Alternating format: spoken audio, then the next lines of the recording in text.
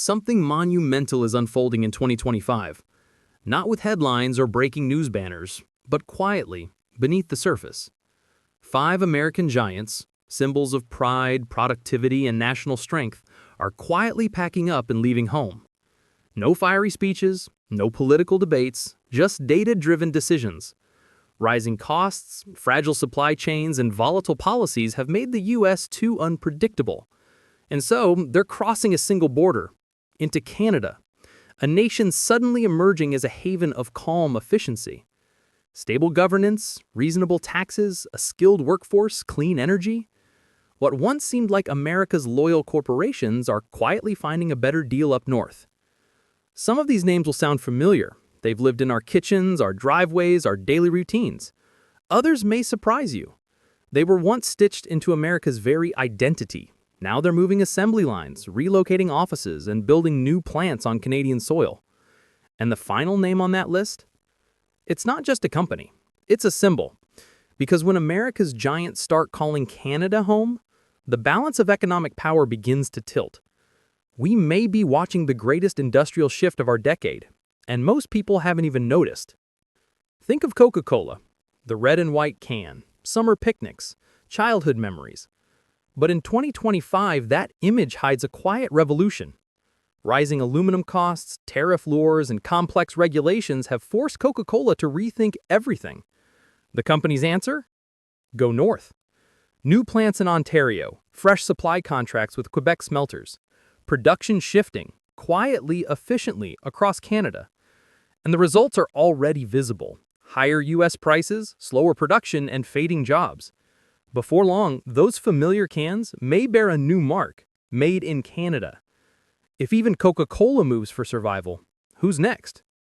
Once GM's roar defined America, Detroit, Flint, factory towns buzzing with pride. But now those engines are quieting. Not because Americans stopped driving, but because the cost of building has become unbearable. Every vehicle relies on thousands of imported parts, many from Canada. When new U.S. tariffs hit, those parts suddenly cost more than profit allows. So, GM adapted. Factories in Ontario expanded, engineers hired in Quebec, and slowly the industrial heartbeat shifted north. Each plant closure in the U.S. ripples through an entire town, schools, shops, families, all feeling the fade. If GM can't thrive at home, what does that say about America's foundation? You may not know Alcoa's name, but you've held their work every day. In airplanes, windows, and phones. For a century, Alcoa powered America's industry. But by 2025, the math stopped working. Soaring electricity costs, aging smelters, tariffs choking raw materials. And across the border, Quebec, offering cheap hydroelectric power and clear, stable policy. The result? Production quietly migrating north. Houston's ports grow silent while Montreal hums through the night. Every ton of aluminum cast in Canada now pulls another brick from America's industrial wall. When the raw materials leave, the future follows. Tesla once represented America's future, innovation, energy, progress. But the future now seems to be rewriting itself in Canada. Electricity costs are climbing, power grids are unstable, and U.S. regulations shift like sand. Meanwhile, Ontario and Quebec offer what Tesla needs most: renewable power and speed. So, the move has begun. No flashy announcements, just quiet construction. Canadian research hubs buzz with engineers, software developers, and robotics experts following Tesla north. If this continues, the phrase "made in the USA" might soon give way to "designed in Canada." And with that, America's technological crown could start to slip. Ford, the name that built America's roads, from the Model T to the F-150, it wasn't just cars, it was pride on four wheels. But 2025 brings a new chapter.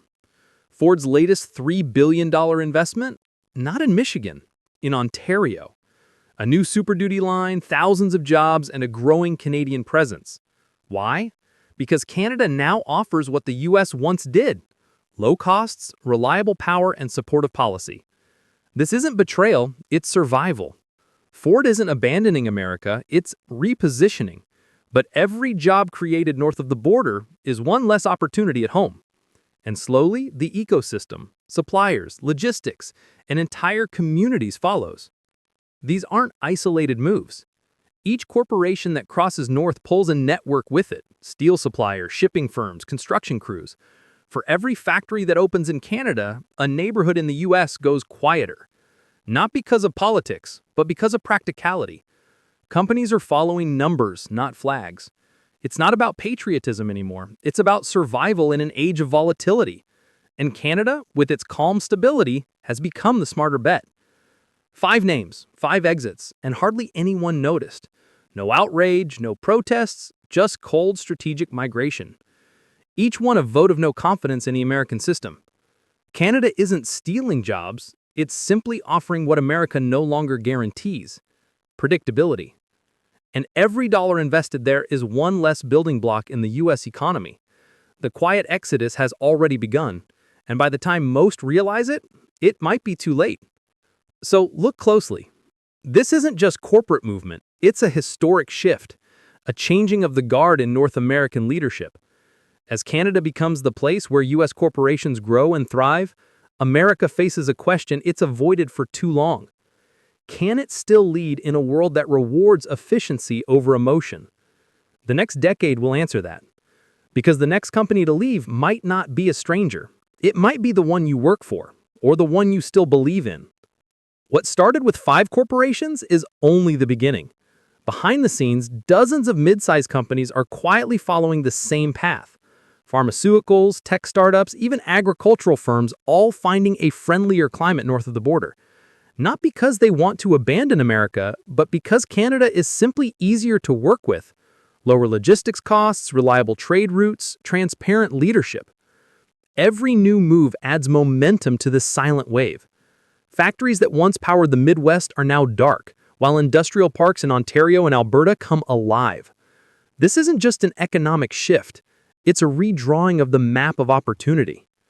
The world is watching. Europe sees Canada rising as North America's new industrial hub. Asian investors are already pouring capital into Canadian manufacturing and energy projects. In trade meetings and boardrooms, the phrase North American growth no longer points automatically to the US. It now points to Canada, a country once seen as a quiet neighbor, now standing in the global spotlight. Meanwhile, Washington debates tariffs and policies that seem to chase away the very industries it once protected. The irony is hard to miss. As America isolates, Canada integrates, and the world is rewarding it. So, where does this lead?